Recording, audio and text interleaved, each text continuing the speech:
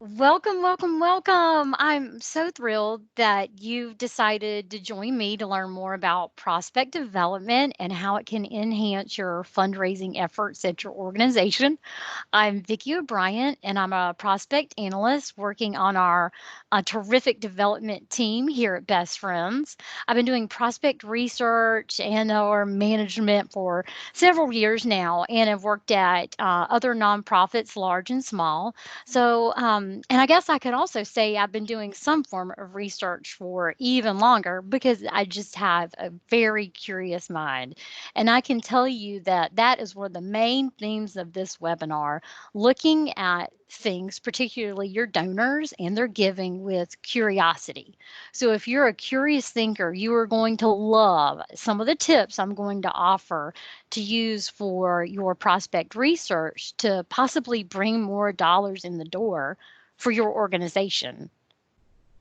And before we get too much further into the weeds, I do want to talk about what my main objectives for today are, just to provide you with a list of resources for effective prospect research and management.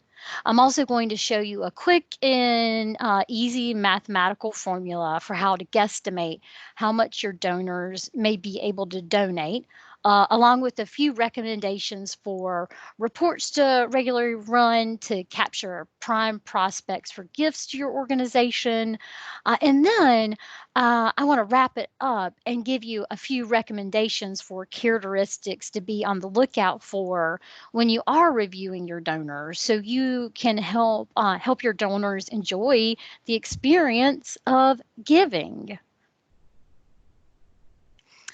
I know for many of our network partners, if not all of you out there, you are doing several jobs all at once with limited time to specialize in really anything, or the expectations are very high and you're finding yourself being the in house extraordinaire on a lot of things. So I hope I can help you to cut some corners or become more targeted in your search for donors with some of these tips. And I also have this slide up here because I wanted to take a moment just to express my gratitude for all that you do with the limited resources that you have, small budgets, everything is urgent, and there's no time. So, anybody who is listening to this, you are appreciated by me and Best Friends, and we want to help you with some of the tips and tricks in this webinar. So, thank you for being here today. Keep on keeping on, and hopefully, when you walk away, you'll have something that makes your life a little bit easier or better back in the office. Using your database of donors, one of the first things that you may want to do in your organization is run your database through a physical. Just like we take ourselves to the doctor for an annual exam, or if you're like me, you're much better at taking your pets for their annual exam than you are taking yourself. You'll want to run your database through a physical to see if you have duplicate records that need some cleaning up. You want good contact information, communications history, giving history, and all of this information is information that helps you to segment your donors and really see who could be prime prospects who rise to the top, who could give you some of those larger gifts to help you really keep your programs performing at that optimal level you most desire. For just an example, you may want to target a group of donors who live in that Shishi zip code near your area, who have a total lifetime giving of, say, 5,000 to your organization. And to really identify that group, you need to have that good quality data I mentioned to find these people. So you need that contact information, and you need their giving history. So one thing is to just make sure that you've got that database in good shape.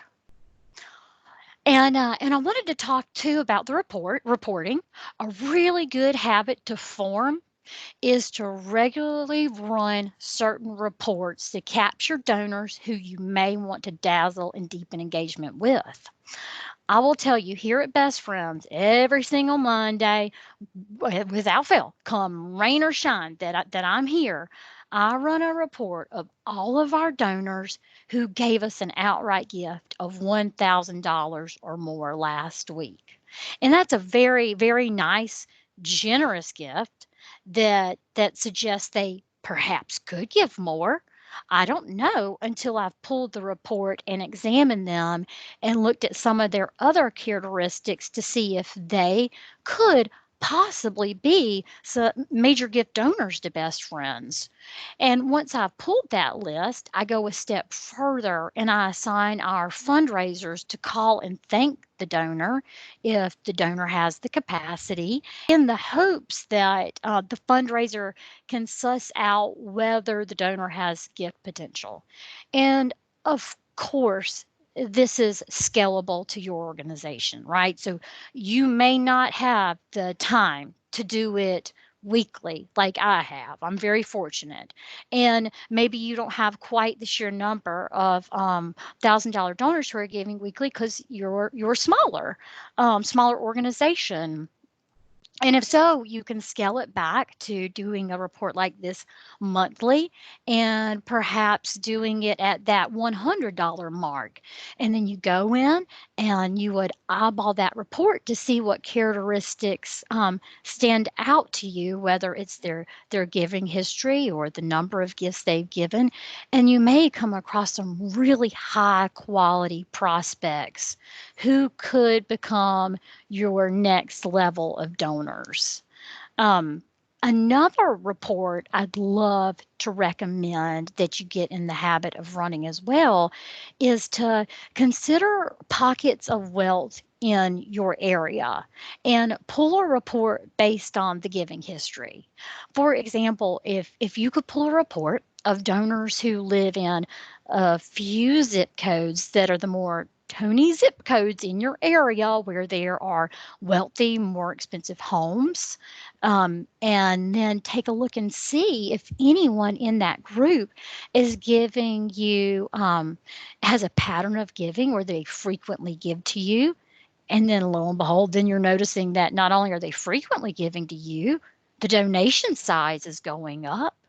And you may want to reach out to them to try and bring them closer to your organization to see if perhaps they would even want to give more. And I'm going to move on to our next slide here. And it's about contact info. Because if you want to reach out to those people who live in those shishi neighborhoods who've been given to you, you've got to have good contact information. It all kind of starts there. Info is so important, right? And we all want it. And we want them to take our call, unlike this little doggy in this cartoon who is not accepting the collect charges from the call. We don't want our donors to do that. And we certainly want to be able to call our donors or email our donors.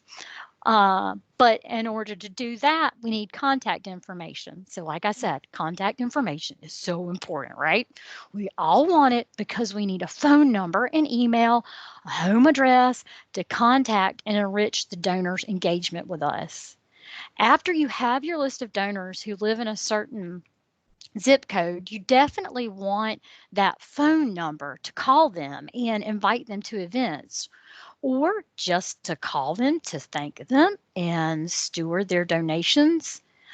Email is terrific to have too, right? Because some people just prefer to be contacted through email. If you don't have an email address, what I have listed here are a few ways to make an attempt to collect an email address. So it could be that you're able to get it from their employer's website. You can go to this website, hunter.io, to try and see if you can try a combination of emails. And see if somehow you're able to reach them through this combination through, different, employer email addresses, standard employer email addresses. Um, and uh, and if you're not sure if an email is accurate that you do have on file, you can test it using this website, mailtester.com. So when you go to mailtester.com, the first thing you're going to do is laugh, because it looks like it was created at the advent of the internet, circa 1990, I don't know, 1996. But I promise it's a legitimate website that will test your email, the email address you have, to see if it is actually going to a recipient. You can also always hire a contractor to help collect contact info. And if you'd like recommendations or would like to hear about some of the experiences I've had working with contractors to collect emails and phone numbers, don't hesitate to contact me after you hear this webinar. My contact information will be available, and I'm happy to help you talk about some of the service providers who are out there and what you can expect to get in return. And even if you're curious about what some of the pricing levels are, we can talk about that as well. And then phone number, of course, about white pages. There's really no need for me to go into detail about that. But I will say that there is white pages premium. It costs very, very little, and you will get more hits looking for numbers if you're willing to invest in a white pages subscription. We are fortunate enough to have a white pages premium subscription here at Best Friends in our prospect development shop, and it does serve us well when we're trying to find donors. So if you're interested, I would be happy to talk to you a little bit more offline about that as well.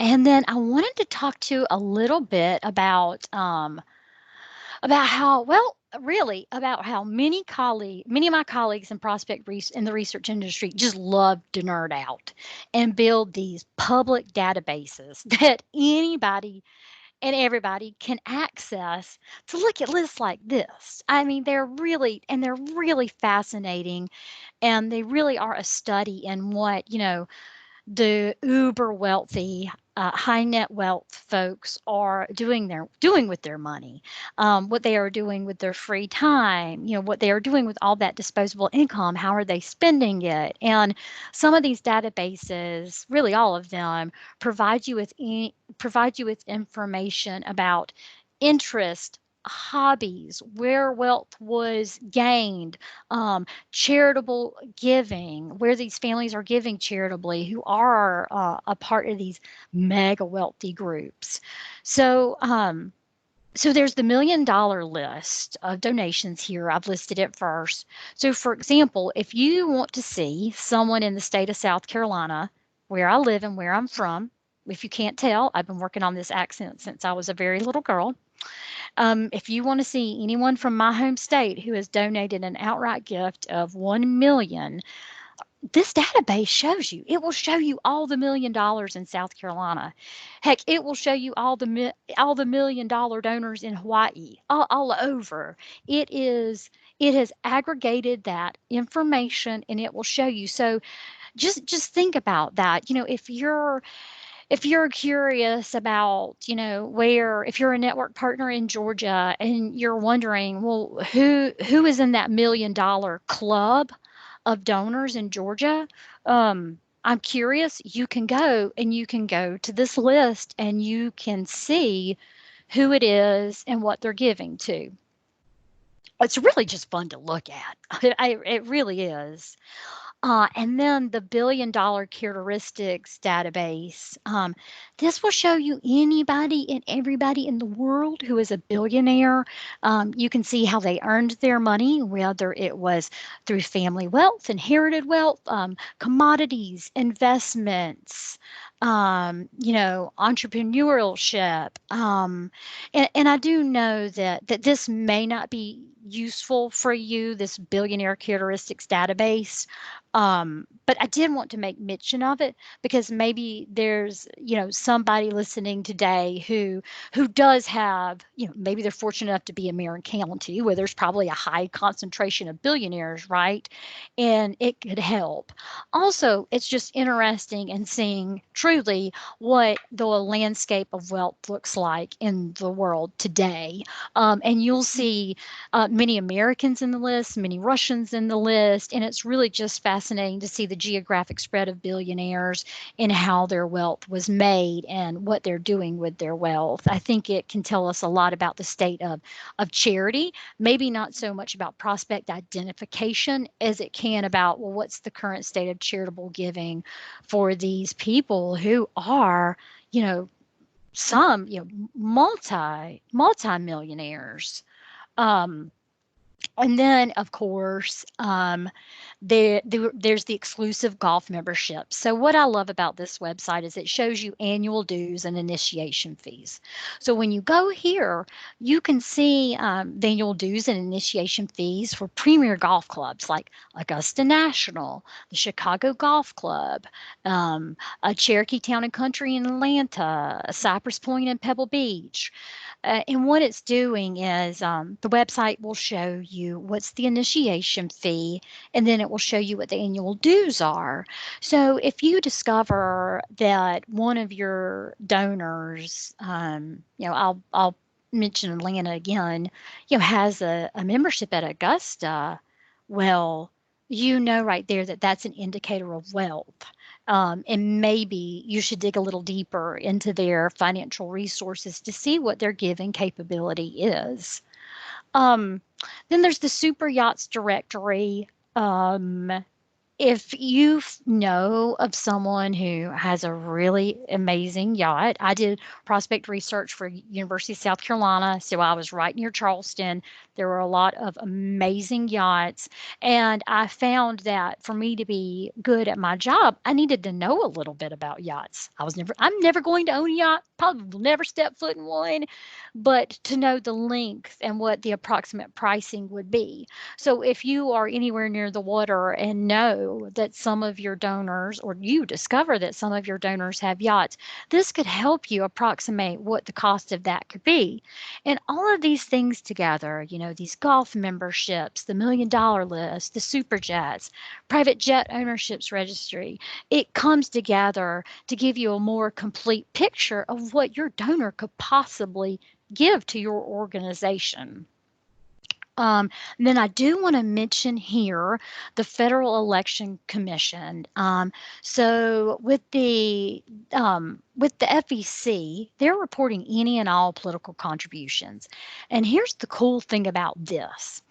The cool thing is that when you give politically, you have to self-report your employment information. Yay! Because that's really helpful. If you would like to know what a donor does for a living, but you're not sure, you may stumble across in his or her political contributions what they do for a living. And then not only that, you have the added bonus of, you can see how much they're contributing to a politician or a political action committee, and that can be really helpful because most people do not have the disposable income to donate to politicians. So this is a list of 7 databases that I think could be really helpful for you in putting together that full composite of your donors and getting what we like to call that 360 degree view. Oh, yeah, professional organizations. Yeah. Professional organizations, they are another great way to confirm employment and find employment and guesstimate salary. So I've listed a few addresses for you here to visit for lawyers, doctors, professionals in the Securities and Exchange Commission, federal employees, and I'll say too that state governments, they will have a database of public state employees, and listed they will have their salaries. So a lot of times you can see perhaps what someone is earning, or you can see if they're in good standing. A doctor is in good standing with the AMA, or you can see what kind of lawyer your donor is, and you can see if maybe he is head of a firm, which suggests more wealth, which then means more money to give to us, we hope. um, so, these are just great places to go to learn more about your donors' career trajectory and possibly their salary if it's reported publicly, like it would be for a federal employee or a state public employee. Social media. It can be a burden and a curse, but it can also be a blessing, right? So, social media can be a great resource for useful information too. It can help you to triangulate information. You may suspect that a donor is, a donor does own a yacht, but you don't see a public directory that lists him as the owner of this property when you go to your county property assessor's website. But you see, hey, on Facebook that he is, and it's named after his daughter, so it has to be his. So it's great for triangulating information and confirming information that you suspect. Um, but one of the things is that we have to make sure that we are sourcing it ethically, that we are responsibly using it. So what I have done is I've provided a link here to APRA International's guidelines on social media use for prospect research. So APRA stands for the Association of Prospect Researchers for Advancement. It's a wonderful organization. I am a member of it. There is an international chapter, and then there's a local chapter. I'm a member of both. Um, and I have been a member since I first cut my teeth on doing this work, and I value the resources and the literature that they put out, and it is okay to use social media, absolutely. You just want to make sure you're using it responsibly in your prospect research work. And I've listed here the usual suspects, right? LinkedIn, Facebook, Twitter, Instagram, blogs. I am sure I don't know about some of the other social media platforms that are out there because I am no longer a teeny bopper. That is in my rear view mirror. So I'm sure I've left something out here, but you get the picture. Oh, volunteers. Oh, let me tell you, there are so many wonderful volunteers, I am sure, at your shelters who would make excellent prospect researchers. I really would be remiss if I didn't mention how you likely have some volunteers who would be terrific prospect researchers. Please consider enlisting their help. I know that it means that maybe they don't get to play with the puppies or cuddle with the kittens or, take them on walks, and that it would be a desk job and they probably do that for their day job. But I think the one convincing piece that you could use is that this is a wonderful way to find donors who can help the animals. So I'll tell you, just I'm going to take an aside and tell you about this really great volunteer moment.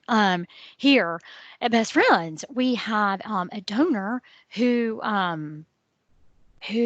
is I'll just say a muckety muck in supply chain management. Sorry to be so informal, but um, and has made this amazing, astonishing career out of supply chain management in the private sector. Well, I'll tell you that the volunteer really wanted to work with the animals, and then someone had the great idea to involve the volunteer, and he's a donor too, in pet transport because right, supply chain management, pet transport, you can see. And it was like kismet. He was able to apply all these years of experience and training and know-how to help with pet transport. He had just never transported live animals, but in many ways, it was the same infrastructure, and as it would be for moving the products and supplies that he had moved in his previous life. So it worked out beautiful. It worked out beautifully, and I just love that story. I wanted to take a minute to mention, volunteers who I think would make great prospect researchers. Oh yeah, there are just so many. So I'm just going to list off a few here. Um, Data scientists. Oh, they would be wonderful at taking, just throw them an Excel spreadsheet and tell them to do magic with it and bring it back to you in a form that's digestible and actionable. Librarians, they can comb through so much tedious, detailed information to perhaps confirm property records. And then, of course, anyone who's done business intelligence analysis, they'd be great with your CRM. Lawyers or paralegals, they're great with details. I live in the details as a prospect researcher. Teachers or professors, they do research, right? Technical or business writers, they're good, strong writers who understand detail and could write up a biographic profile on a donor for you. Historians and genealogy hobbyists, they're wonderful if you're trying to if you have a family who gives and you would like to understand more about that family and what the branches of that family are, particularly if you know that um, your donor's great great grandmother was, who knows, a greyhound, loved greyhounds, and you find out that small tip in your research, and then they want to do something to honor their great great grandmother. Realtors are great at looking at property records. Property is very important to look at when you're trying to understand how much wealth an individual has, and how much they can donate. Investment brokers, market researchers, statisticians, and the list just goes on. Public servants, administrators, art curators. They're very good at organizing, so they would be terrific helping you understand how to store information in your database. Um, yeah, and the list really does go on. But the best thing would be to find someone who is retired from one of these careers and can give you a lot of their time.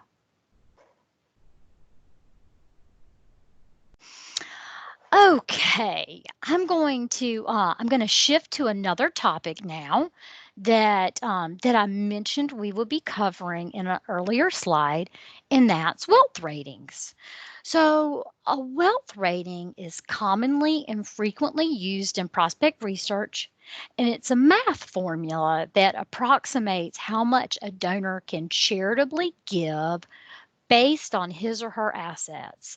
Assets Assets include real estate, securities, salary, compensation, business ownership, and the approximation of how much a donor can give is based on 5% of these assets. Now, I know what you're thinking, and you're not wrong that there's a lot of private information, private financial information tucked away that we can't get to for this formula. And you're absolutely right. So there's a lot about our donors and their assets that we don't know. And we accept that, and we do use what we can confirm.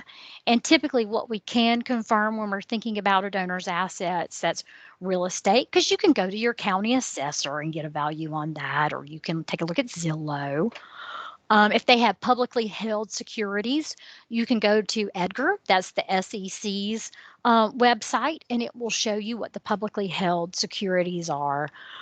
Usually, you're not going to have publicly held securities unless you're really high up C suite in a public company. But it is there and available. If an individual is receiving board compensation for sitting on a board for a public company, that information is available. And then business ownership, you can do a valuation on that. And then income, if it's publicly reported or available, and you can confirm it. So, I think I mentioned that sometimes we can see the income of federal employees or state public employees. So you can get that piece of information. It's hard to get, of course, for others who don't others out of government, but you may know it, may stumble across it somewhere. And on this next slide, what I'm going to provide is an example for us to follow of how to calculate 5% of a donor's confirmed assets. So Monty Q Moneybags here.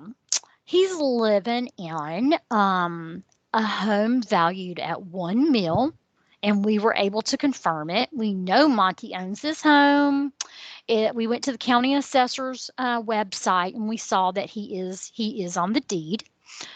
We're going to say 5% of 1 million here because that is our magic number. 5% is our magic number. The wealth formula is based on 5% of confirmed assets. So 5% of 1 mil is 50,000. Oh, and then Monty, of course, he has this lovely vacation house, and it's valued at 250,000. And 5% of 250,000 is $12,500. And then Lucky Monty, he owns my dream ice cream shop. I would love to own an ice cream shop. It is valued at $500,000, and 5% of $500,000 is $25,000. So we're going to add all this up. So what we end up with? We're adding up, 5% of each of these assets, and what the number we arrive at is $87,500. So that is 5% of his total assets, and that is approximately what Monty could donate to us over 5 years. So this is a wonderful formula if you have a donor and if you've never done a wealth screening with a vendor, because you can, of course, hire a vendor to come in and do a wealth screening for you, much like this. This is the formula they are going to use. It's pretty much standard issue in the industry. But what you will find is that it will always be 5% of confirmed assets. And what it helps you to do is it's kind of like having that special secret information tucked away in your arsenal, in your pocket, because you know about what that donor can give, and you know about what you can ask for, and you may be able to set his or her sight lines higher after you've done this math and reviewed their assets and landed on a number like 87,500. So I hope that you will consider using this formula. Wealth rating information, I will tell you that so much of what I do is based on wealth rating. I routinely pull reports of donors who have X wealth rating. And I'm fortunate enough here to have Blackbaud CRM, and integrated into Blackbaud CRM is a wealth screening tool called Wealth Point. So at any time that I want to screen someone, I can hit a button and it screens for me. Now, life wasn't always easy like that for me, and it was a lot more of this, doing math homework. But either way you do it, you still arrive at the same conclusion, and it's very, very powerful, useful information to have when you have found a great donor and you're getting ready to tee him or her up for an ask, and you don't want to ask for too much, and then possibly you don't want to ask for No, you don't want to ask for too little because you could get more perhaps. And then you don't want to ask for too more and run the risk of offending your donor. So you want to stay around that place, but hopefully set their sight lines a little bit higher than what they've been giving and use this. Knowledge is power, right? And knowing these things can really help you go in and be smart and savvy about what a solid, good ask is for a donor so we can take care of our animals. Oh, yeah. Donor characteristics to Bolo. Be on the lookout for. So I did feel like it was really important for me to mention to you some of those things that I like to see. When I get a list of donors, information that I like to see to say, "Ooh, this is a quality donor," or "No, maybe not right now, maybe later down the road," or "They're not ready yet," or "It's not the right time," or what have you. But when I see this is like the holy grail for me. When I see a good wealth rating, when I see that they've given recently, when I see that they give with frequency, maybe they've given, you know, 3 or 4 gifts every year for the past few years, or maybe they've started to give monthly, and then all that with I'm seeing that there's an increase in donation amount over time. So I've got velocity in giving. And then I noticed that when we send out direct response pieces of mail to them, they are responding in kind with a donation. Or if they're getting a call from one of my beautiful, lovely colleagues in stewardship, they feel that love and appreciation from them and take the call every time someone in stewardship does call to say thank you. So when I see those things, that's someone who I know loves us, and perhaps we could get them to stretch and consider giving even more, because they are such good donors to us and we have so much appreciation for them. And I like to think of it like this too. We are helping them experience the joy of giving. Maybe they don't know how impactful their donation could be. And it's our job to help them open their eyes and see how important they are to us and the animals. Oh, and I did want to mention, I think I mentioned earlier a little bit about vendor services and contracting. If you've got big if, but if you've got a teensy little bit of money and it's burning a hole in your pocket like these Levi jeans right here, I want to just make a couple of recommendations for how you could spend it, and I hope you'll have fun spending it. But you could join an APRA local chapter. Like I mentioned, that's the Association of Prospect Researchers for Advancement. You can join a local chapter. They are all over the country. In South Carolina here, I'm a member of the APRA Carolinas chapter, so it's us in North Carolina. But they're everywhere and easy to get in contact with. Each chapter holds many conferences 2 times a year that are very, very, very affordable, and they provide really excellent educational resources if you're just learning about prospect research. And I'll tell you this as well, it is just you will find yourself among a great group of people who really love what they want to do and want to share their knowledge. They do not act like it is proprietary and only theirs. They will tell you, go after this donor, you should, or have you done this report, or we're having luck with this kind of mailing. Or so it's wonderful place to be for knowledge sharing. And then if you can also join APRA International. So this is the big mama organization of the local chapters. And what I like about it is that it has a whole website dedicated to a dictionary of development language. It's webinars like this one. It's tutorials. I just had a colleague put up a tutorial on how to use pivot tables in Excel.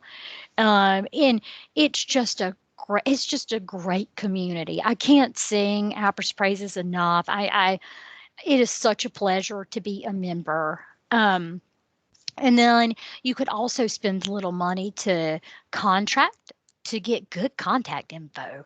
If you're finding that mail's getting returned to you, phone numbers, you call and it goes, well, maybe it's time to consider getting that good contact info. And like I said, if you want to talk to me about some of the vendors that are out there and the results of their services, I'm happy to talk with you about it. I've got another colleague who's dealt with them as well. And before you ever take that leap, you can talk to us to see how you feel about it and if it's an expense or an investment that you'd be willing to make. And then another way to spend a little bit of money would be through contracting to do a small wealth screening. I went over with you how to do it by hand, the old-fashioned way of 5% of Montague Bag's $1 million house is this amount, and 5% of his business. But you can actually contract with a service provider to do a small screening if you just have a little bit of money. Now you could do a bigger screening if you have more money, but if you're interested in doing that, same with the contact information. Don't hesitate to reach out to me, and I can tell you about past experiences and what vendor might be a good fit for you and your organization. And then you could always hire an intern.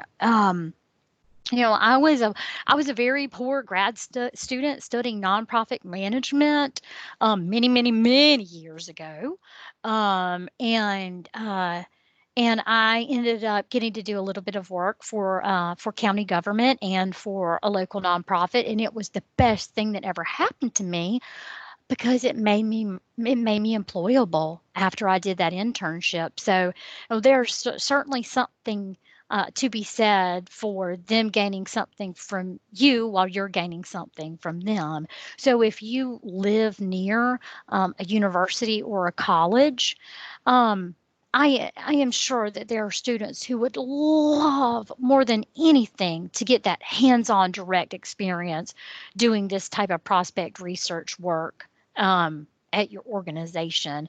So do consider that. And libraries, let me tell you, if you can't afford, if you just don't have a budget, and and you would love to know more about your donors or corporations or businesses, or someone has a certain a donor has a certain stock, you'd love to see what it's trading at. I'm telling you, go to your local library. If at my local library, I have 420 different varieties of databases. Among those that I would use for this job would be Mergent Intellect, Corporate Affiliations Online, e-statement studies, and Hoover's Online. It's amazing. They're very powerful. They collect a lot of information about corporations, and it it would take you so long to kind of like Google through and muddle through collecting this information for yourself if you're curious about companies. So do consider, making a trip to your local library. And if you're a university alum, then use your university's library, because they're even going to have LexisNexis. And LexisNexis is an all-powerful public data aggregator. And I don't say all this to frighten you, because you know, it is sometimes scary to think of our information being so available and out there, but it does aggregate addresses for individuals and previous employment, potential relatives. So this is a database that does exist. It's called LexisNexis for development professionals, and it's at your university library if you're fortunate enough to be close to university library. So Don't discount your library. Consider it as well as a resource that's there and available to you. And the best thing about it is it's free. Prospect L discussion group. Yes. And I probably should have had this slide a little earlier, so I apologize for that because Prospect L, it is a part of APRA. So, Prospect L, that's just a short for Prospect Listserv. This is a discussion group, and you don't have to be a member of APRA, but APRA sponsors it, and you have to go to their website and fill out some forms to be a part of it. But it is this terrific listserv. And all it is, it's just for prospect development professionals. So you can share opinions, you can seek advice, there are diverse perspectives, all sorts of conversations are going on about how do you find donors in your area who have given to other causes that may align with my cause? Or how are you? It's just colleagues getting around a table asking each other for help. Like I feel so lucky that I get to be a part of this. I read it every single day. Um, some of the latest topics they've been talking about is capacity ratings for companies. How do you rate what a company can give? Other topics were how do you qualify a major gift donor? Another topic was researching family foundations. So, as you know, more and more of our donors, they're given through those donor advised funds or they're given through their family foundations. And what's really cool about having a foundation is that they have to give annually, at least, it's federally regulated, they have to give at least 5% of assets in that foundation. So they have to give it away. So it's great to know these things and to see these things popping up on the Prospect L because you can learn more about your donors financial background or and how they may give or what you can do to encourage them to give, you know.